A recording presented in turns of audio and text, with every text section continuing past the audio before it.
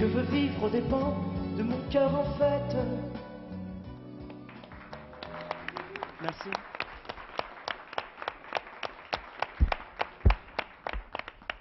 Vous savez, Jean Sandy, on ne veut pas vous laisser partir comme ça, parce que dans le fond, on a énormément de questions à vous poser. Puis Et ça, il faudrait une journée. J'avais oublié un petit truc, moi, que j'aurais aimé poser à Jean. Bah, c'est une grande question, mais s'il peut me répondre vite, ça me fera plaisir. Je voudrais savoir les extraterrestres, ces fameux bonhommes dont on parle, qui viennent d'autre part. C'est un peu vrai ou c'est un peu faux? Là, il nous faut beaucoup d'orgueil pour les traiter d'extraterrestres, comme si c'était là. Les heureux, c'est nous qui vivons sur Terre, et ceux qui vivent ailleurs n'existent pas. Non, nous ne sommes que très probablement, une seule des formes de vie parmi les milliers, les millions de formes de vie, et probablement assez semblable à la nôtre qui existe dans la galaxie. Vous ne pensez pas que nous-mêmes, c'est-à-dire le genre humain lui-même, est un genre extraterrestre, justement, par rapport à la Terre? Oh non, nous sommes là, nous sommes venus par évolution, tout cela est parfaitement naturel. On est né sur la Terre, vous croyez? Absolument. Mais de même que dans les autres systèmes planétaires, la vie a dû apparaître de la même façon. C'est un phénomène banal. Tout le monde est à peu près d'accord là-dessus. C'est un phénomène banal et il est probable qu'il évolue à peu près de la même façon partout où les conditions sont semblables. Oui. C'est-à-dire que quelque part, dans plusieurs... des centaines, des milliers, d'après Fred Hoyle, en des millions d'endroits peut-être, il y a des gens réunis devant une caméra, à côté d'un piano et sur le point d'écouter de la belle musique. Ah, ça c'est formidable, mais... Ils sont peut-être plus en avance que nous, peut-être moins en avance. Ah oui, mais ceux qui nous intéressent surtout, ce sont ceux qui sont plus en avance que nous. C'est-à-dire ceux qui pourraient nous éviter le génocide qui menace. Alors qui supprimerait bien sûr un plaidoyer pour un génocide. Oh, on peut toujours plaider pour des non-coupables. Bien sûr. Alors vous parliez de musique tout à l'heure, moi je sais que vous prenez le temps, quand vous n'écrivez pas, quand vous ne cherchez pas, quand vous n'étudiez pas, prenez le temps d'écouter de la musique. Je ne fais pas autre chose, même en travaillant. Même en travaillant. Est-ce que vous écoutez du Chardin? Eh bien, je dois dire que je savais que ça existait. Ah, mais c'est pourtant pas un extraterrestre. C'est un extraterrestre, Chardin. Et puis quand Chardin m'a invité, j'ai dit, bon, oui, bien sûr, c'est mon métier, quand on m'invite, je viens. Et puis j'ai regardé depuis mardi l'émission. Alors j'ai vu passer le Bombard, Arnaud Desjardins, le Père a raison. Je suis très flatté d'avoir été invité. Un téléspectateur de plus pour notre émission. Et tout de suite, alors un petit peu de musique, Eric, parce qu'on parle toujours bien sûr des chansons que vous interprétez avec Stone ou que vous avez interprétées tout seul. Puis on oublie un petit peu de parler du compositeur et vous écrivez pour des tas de gens. Alors il y a Johnny, il y a Claude François, il y a Marcel Amont que nous recevrons demain, et puis il y a Régine. Oui, et sa dernière chanson, c'est Ça ne s'invente pas. Oui. Elle est comment cette chanson? Parce qu'il faut vous dire... juste un petit bout. Un petit bout, oui. Puis après, il y a une surprise. Vous verrez qui l'a enregistré également. Alors, c'est comme ça, quoi, ça fait... Si j'ai Paris dans les yeux et un air de banlieue, ça ne s'invente pas.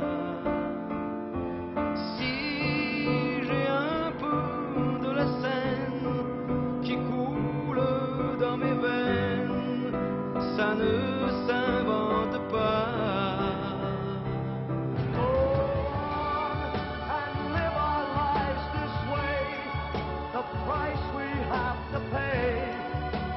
Precious time that's wasted.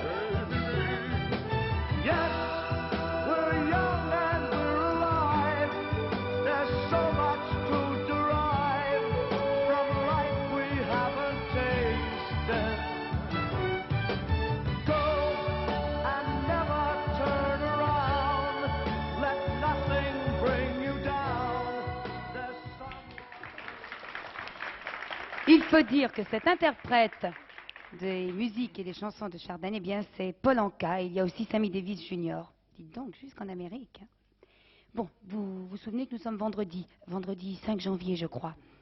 Oui, une petite séquence. Oui, ce sont les 5 minutes de Paul Giannoli. Alors aujourd'hui, il vous présente tout de suite la personnalité de ce vendredi 5 janvier. À vous, Paul Giannoli. José de Villalonga, soyons francs, il n'y a pas d'actualité irrésistible, flagrante, qui justifie que vous soyez là. Mais je me demande même pourquoi vous m'avez fait venir. Il fallait boucher 5 minutes. Et puis de toute façon, je voulais prendre de vitesse le reste des programmes de la télévision, puisqu'on va vous voir bientôt. Mais Oui. pas dans le même costume. Non, dans un costume du XVIIe siècle, je crois. C'est la fameuse duchesse d'Avila qui ne finit jamais de sortir. Je me demande même si elle va sortir. Pourtant, la duchesse sort à 5 heures en général. Oui, pour prendre le thé. Mais vous n'êtes pas la duchesse d'Avila. Non, je suis un gouverneur flamand en Espagne. Bien. Alors, oublions José de Villalonga, l'acteur, et Oui. passons à José de Villalonga, l'écrivain, puisque je pense que c'est là la notoriété Qui me touche le plus. Qui vous touche le plus. Alors, l'année dernière, José de Villalonga a fait parler de lui pour un livre, Golgotha. Oui, vous savez, c'était une série de portraits de gens très très très connus qui ont été très dénaturés par la presse en général. Alors ça m'avait intéressé de savoir si c'était vrai. Alors je les ai approchés les uns après les autres et j'ai découvert que c'était des gens beaucoup mieux que leur légende n'était. Alors je fais une suite, mais je fais une suite beaucoup plus importante et plus sérieuse que la première.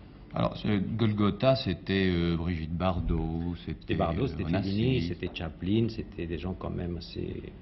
des gens qui étaient dans leur métier quand même le top, si vous voulez. Oui, mais pas sérieux, puisque vous me dites que le deuxième tome est sérieux. C'est-à-dire c'était le livre qui n'était pas sérieux, c'était en bric-à-brac, tandis que cette fois-ci je fais 3 portraits de politiciens, dont Madame Indira Gandhi que je suis allé voir aux Indes, et puis un acteur dans le Jeanne Moreau, puis enfin des gens comme ça. Je ne vais pas déflorer le livre quand même. Et puis, un petit livre aussi, je crois. Eh bien, un petit livre que je suis en train d'écrire à mes moments perdus. J'étais très frappé dernièrement de combien on prend au sérieux actuellement les méfaits de l'argent. C'est-à-dire que les gens commencent à se rendre compte que le grand argent est une chose extrêmement dangereuse dans les mains de n'importe qui.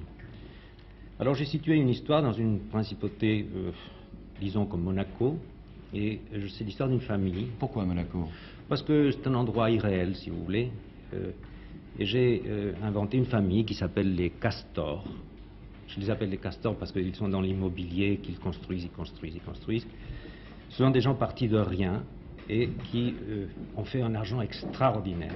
Et la tribu est dominée par une espèce de gros monsieur effroyable qui a des enfants plutôt inintéressants. Et toute cette famille devient vraiment les propriétaires de la principauté, à ce point qu'on dit William Prince, qui est monsieur machin, mais il y a... Monsieur n'est pas marié à une ancienne actrice, non? Non, non, non, non, non.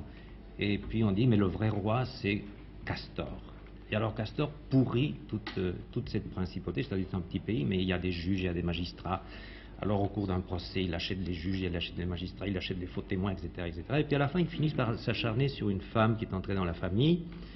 Il s'acharne à tel point que tout d'un coup un journaliste s'intéresse à cette famille. Et il commence à découvrir des choses, et il découvre par exemple que pendant l'occupation ils avaient trafiqué avec les Allemands, qu'ils avaient dénoncé. Enfin c'est une famille effroyable.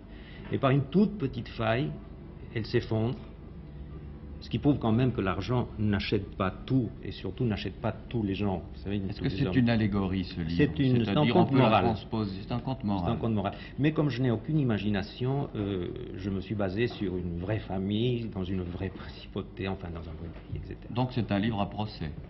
J'espère. Vous espérez pour de mauvaises raisons, c'est-à-dire des Non, raisons j'espère parce que dans les publicitaires. procès, on peut dire tout ce qu'on ne peut pas dire dans un livre, on peut le dire dans un... J'étais très très embêté à cause de Golgotha, parce que je m'attendais à 3 ou 4 procès, qui m'auraient aidé d'ailleurs à expliquer mieux mes personnages. Mais malheureusement, les gens sont très contents quand on parle d'eux, que ce soit bien ou mal. Alors ils sont ravis quand même. José de Villalonga, vous qui passez beaucoup de temps de votre vie avec des gens d'argent, parce que vous n'en connaissez pas d'autres peut-être, hein? Vous ne connaissez Oh, si, que des gens si, riches. si. Vous connaissez des gens qui ne sont pas j'approche- riches ni célèbres? Vous, par exemple. Vous C'est êtes vrai. célèbre, mais vous n'êtes pas riche. Moi, je ne suis pas riche. Mais j'approche les gens riches avec quand même l'œil de quelqu'un qui va au zoo. Je suis toujours intéressé parce que j'ai eu des amis qui étaient pauvres dans leur jeunesse, qui sont devenus riches, et qui, en le devenant, ont perdu toutes leurs qualités, les vrais, qui sont devenus des gens conventionnels, parce que la richesse apporte une série de conventions. Quand on est très riche, il faut habiter dans une certaine maison, avoir une certaine voiture, passer l'été dans un certain endroit. On n'est plus libre. C'est ce qui vous arrivera, José de Villalonga, quand Ça écrivant m'arrivera- des livres pour critiquer les gens riches, vous serez riche à votre Ça ne tour. m'arrivera jamais parce que je dépense mon argent à mesure que je le gagne et que je vis toujours au-dessus de mes moyens.